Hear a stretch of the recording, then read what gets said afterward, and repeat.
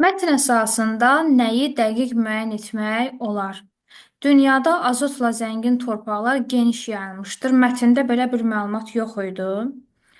Ət yeyən bitkilərdə həzm prosesi bir neçə gün davam edir. Orada ət yeyən bitkilərin ovu necə əldə etməsi prosesi qeyd olunub. Həzm prosesinin başladığını yazıb, amma bunun hansı müddət ərzində baş verdiyi qeyd olunmayıb. Sadəcə burada nə ilə bağlı vaxt var? Yazıb ki, bir göz qırpımında yarpaq bağlanır. Yəni saniyənin onda biri qədər sürətlə yarpaq bağlanır və o bitkini, böcəyi qaranlıq mühitə salır. Daha sonra deyir ki, böcək çırpılandan sonra həzm prosesi başlayır. Lakin diqqət etsək görərik ki, bu hissədə həzm prosesinin davam etdiyi vaxtı qeyd etməyiblər.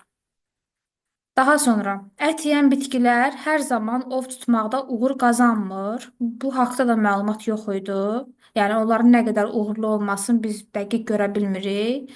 Ət yeyən bitkilərin yaşaması üçün azot vacibdir. Bunu dəqiq müəyyən etmək olar. Təkcə ət yeyən bitkilər yox, mətnin girişində qeyd olunub ki, hər bir canlı üçün zəruri ehtiyaclardan biri də torpaqda olan azotdur. Çünki azot canlılarda proteinlərin meydana gəlməsində mühüm rol oynayır. Deməli, hər bir canlı üçün vacibdirsə, ət yeyən bitkilər üçün də vacib olduğunu dəqiq demək mümkündür. Təliyə düşən həşərat və kiçik heyvanlar çoxluq təşkil edir. Bu haqda da məlumat yox idi. Cavabımız olacaq bu variant.